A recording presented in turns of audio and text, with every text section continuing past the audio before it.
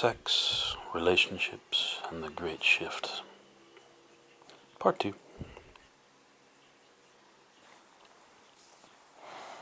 Now, if you don't know, I talked about an inconceivable walk-in experience that has happened to the whole world. That was part 1.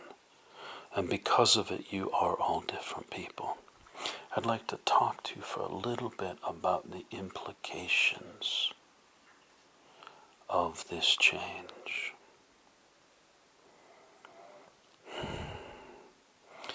See, over a lifetime you develop habits,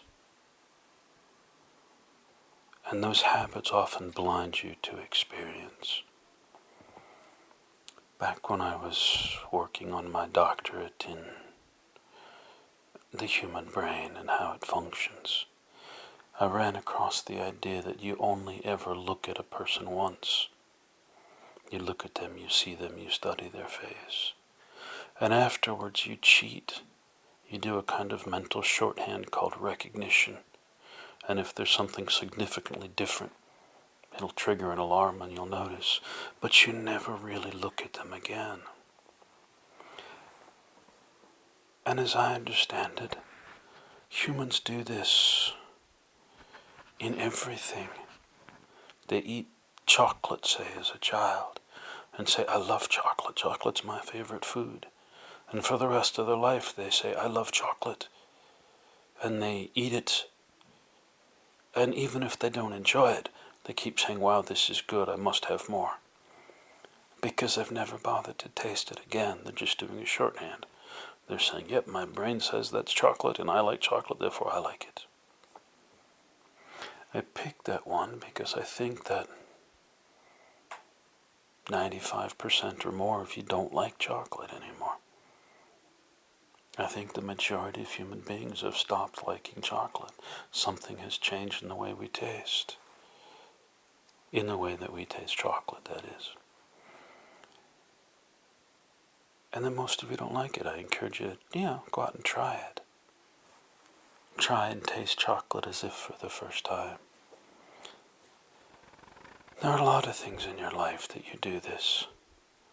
You marry someone, and though you're miserable every day after, you stay with them because, well, I love this person, so I must still love this person. And if you ever do pay attention to notice, enough attention to notice that you're not happy, you add to the rising divorce rate in the world. But many people don't. They don't notice they're not happy. You don't notice that you're going to a job you don't like every day. You don't notice that most of the unhappiness in your life is your fault. You're eating foods you don't like, hanging out with people you don't like, sleeping with people you don't like, doing a job you don't like, involved in activities you don't like, because you simply haven't paid attention. Most of the people in the world who are unhappy, it is their own fault. Now, I assume you realize I'm not talking about those who are starving because there simply isn't enough food where they are, or those who are dying or whose children are dying. These people are going through a difficult time and have a right to be unhappy. Most of you are unhappy, though, simply because you're making yourself unhappy. This time right now. Because so many of you are totally new people. Same body, whole new driver. This is a time when you can start to reevaluate. Do I like it? If I like it, I should do more. If I don't like it, I should do less. It's important to be happy. This makes me happy, I should do a lot. If this doesn't make me happy, I should do a lot less. And most of you, once you're past about 20, you quit thinking of those things. And you just grow more and more miserable until you die. But now, however old you are, whether you're a newborn infant or someone who's in the 3-digit ages past 100, it doesn't matter. You're someone new. All of the stuff you've held true your whole life, you can begin to question. Do I believe this idea? Do I want to do this thing? Do I want to stay with this person? And you can start looking for that which brings joy into your life. Joy is important because it is the root of all that is light. And moving away from that which bores you or frightens you or disturbs you. This is important for that fear. That boredom is the root of all that is shadow in the world. Here's what's likely to happen.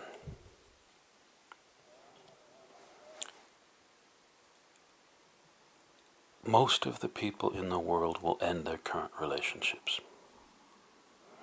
If 1 in 3 people is a new person, the odds are incredibly high that you or the person you're involved with is a new person. And if you don't end that relationship, you have to start it all over because you don't know each other.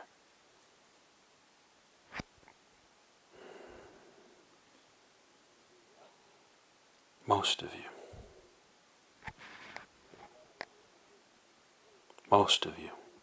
will do best if you stop and reconsider whether you want to be in that relationship and start anew. Those of you who've always been shy and scared and afraid of relationships will likely now find that that fear is gone. It is something that you grew up with, but because you are someone new, those memories are now it's as if you're looking at them through a window when you remember them. It's the difference between facing a poisonous snake in your tent and seeing a poisonous snake behind glass in a reptile house. Those memories won't be able to frighten you anymore. And you're likely to go out and begin exploring and talking to people and having relationships. The habits you've learned from your parents, from the people you grew up around, which were almost certainly not healthy habits, those will affect you much less strongly. Most of you, my first prediction, will end your current relationships and begin new ones. And I suggest that if you're willing to pay attention, you will be far happier in the new ones, because all of the shadow, all of the stuff of the past will no longer have the hold on you it once did.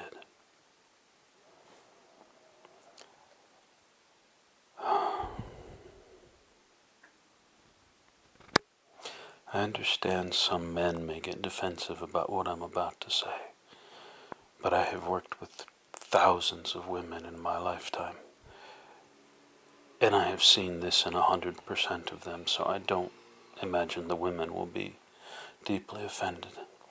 And that is, you women don't like yourselves.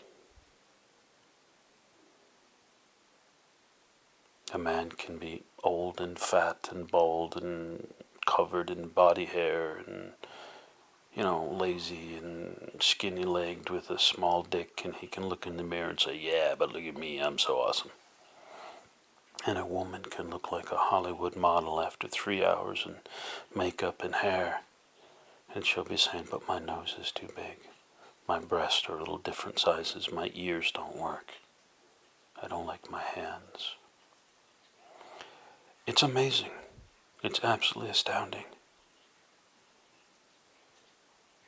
Women are so much more beauty conscious, and I often find much more beautiful people, that so many walk through their lives disliking themselves. Really surprises me. This is my next prediction for you. As of this working in the middle of March, this is middle of March 2016, this thing is going to end. That you are going to, in the not too distant future, be able to look in the mirror and say, wow, I'm awesome. Wow, I'm hot. Wow, I really like me. I'm pretty cool. And I have worked again with thousands of women over the years, and I've never found any who could say that. Imagine being able to look in the mirror and really like what you see. This is going to be a huge change. You are going to begin to be able to relax and enjoy life as you never had. Because one of the things you dislike least yourself is changed. And that dislike that was tied to the old you simply won't be there anymore. The habits of it will still be there for a while, but those will pass.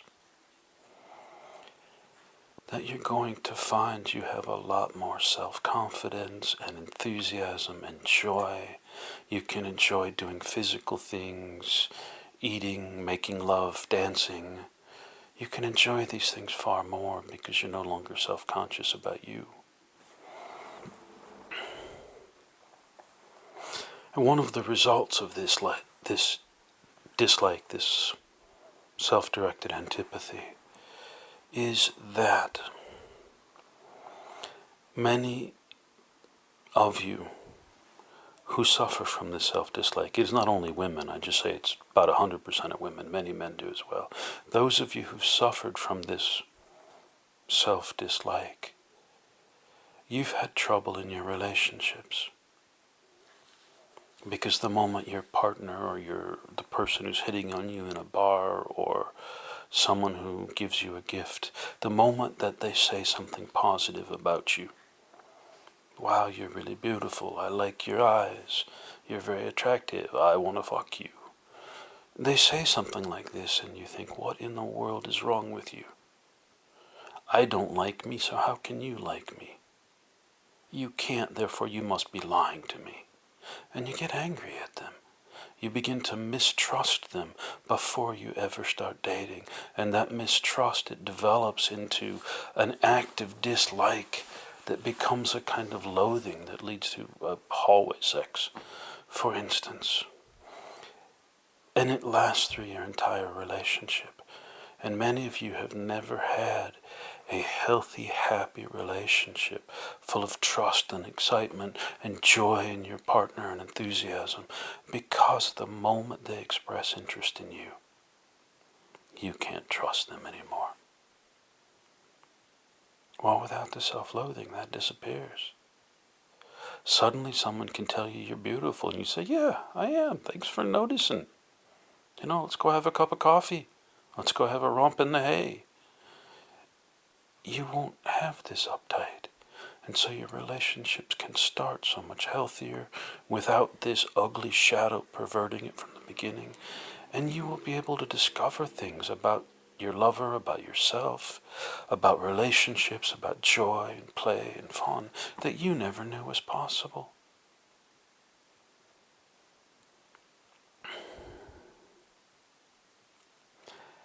Another prediction that doesn't exactly come out of this, but because it falls under sex and love and relationships and the shift, is that in just a few years, probably 19 in every 20 of you will be in gay relationships. And only about 5% will be in more traditional hetero or breeder type relationships. You'll be the minority. And I just tossed that one out there because it fits in this category and because it's absolutely preposterous and inconceivable from any modern scientific or sociological or socioeconomic or mythocultural perspective. It can't happen. And yet I'm predicting it so that when you see it, you'll say, wait a minute, that guy predicted it and he was right. What else did he say? And you can pay attention to the rest of these things. This too is going to lead to the end of a lot of relationships, simply because you're no longer sexually attracted to the body of the person you've been involved with. You've changed.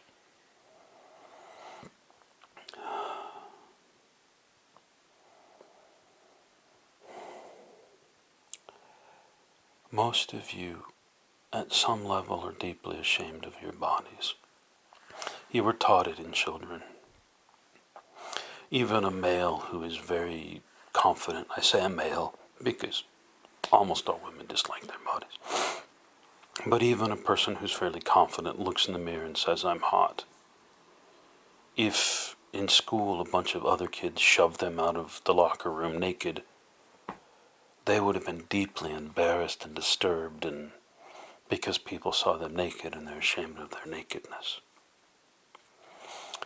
But part of this shift, March 2016, part of this is that most of you will begin to lose this. And not just tone it down, but completely lose it. This anxiety about your body, this mistrust, this anger, this fear that people will reject you if they see what you look like, or that they'll be attracted and try and assault you if they see what you look like. These sort of primitive animal concerns will simply disappear. And one of the results is that we are going to see an astounding increase in see-through clothing, men and women wearing skirts, short skirts with no underwear, men being allowed to wear makeup or heels or things that that society has sexually and socially repressed in them. We're going to see a huge upswing in that, a huge upswing in those who explore a transgender or transsexual or transvestite approach. We're going to see a huge increase in polygamy and polyamory, that is, having sex with more people than the one that you feel you are enslaved to. Because with the loss of all this mistrust and self-loathing and hatred for your partner, you will not feel the need to control them. And if they say, hey, I want to have sex with someone else, you'll say, that's fine. I'm making dinner for this time, be home or you'll miss it. Then they'll come back and say, yeah, it was a good experience, or it wasn't, and you'll talk about it, but you won't have to be jealous. Because this idiot animal level creature called jealousy will not have the hold on you it once had. You'll be able to say, this made my partner happy, and I don't feel insecure, so I'm happy to do whatever I can to help them be happy, and they'll do the same for you. Another prediction in the same vein is that the vast majority of racism, gender biases, religious biases, political nonsense will evaporate, because most of those things are tied to the old, and the old is what has left in March of 2016. So all of those things that were so prevalent, even if you grew up and they're indoctrinated into you, they just won't feel right anymore. And as a result, we'll see a much greater equality in a lot of places, much greater equality in pay scale for males or females, for hetero or homosexuals. You'll find transgendered people being allowed to live a normal life and go to school or teach or have a job without people being critical. You'll find much greater interaction between people, whether it's friendship or lovers or business partners, irrelevant of what their race is or their culture or their religion, because those things, they just won't matter to you anymore. And then these things, these concepts upon which we've based so much discrimination and hate, they can be things that add color to your life. If you live in a very Christian place, you can celebrate around Christmas time that you're Jewish, and you can talk to your friends about it and explain what a dreidel is, or what Hanukkah means. And it won't be, ooh, you're different and weird. It'll just be, oh, that's something new and cool. Right? Like changing the color of your hair. I'm not saying that your religion is as trivial as changing the color of your hair. I'm saying that people will respond to it, not with, oh, you're different, I hate you, but with the kind of enthusiasm they might to a cool new hairstyle. Oh, that's fascinating, I like it, tell me about it. And it will just make you more interesting rather than creating distinction and separation between you. So these things that have caused all this opposition, they will now be things that can add color and liveliness to your life.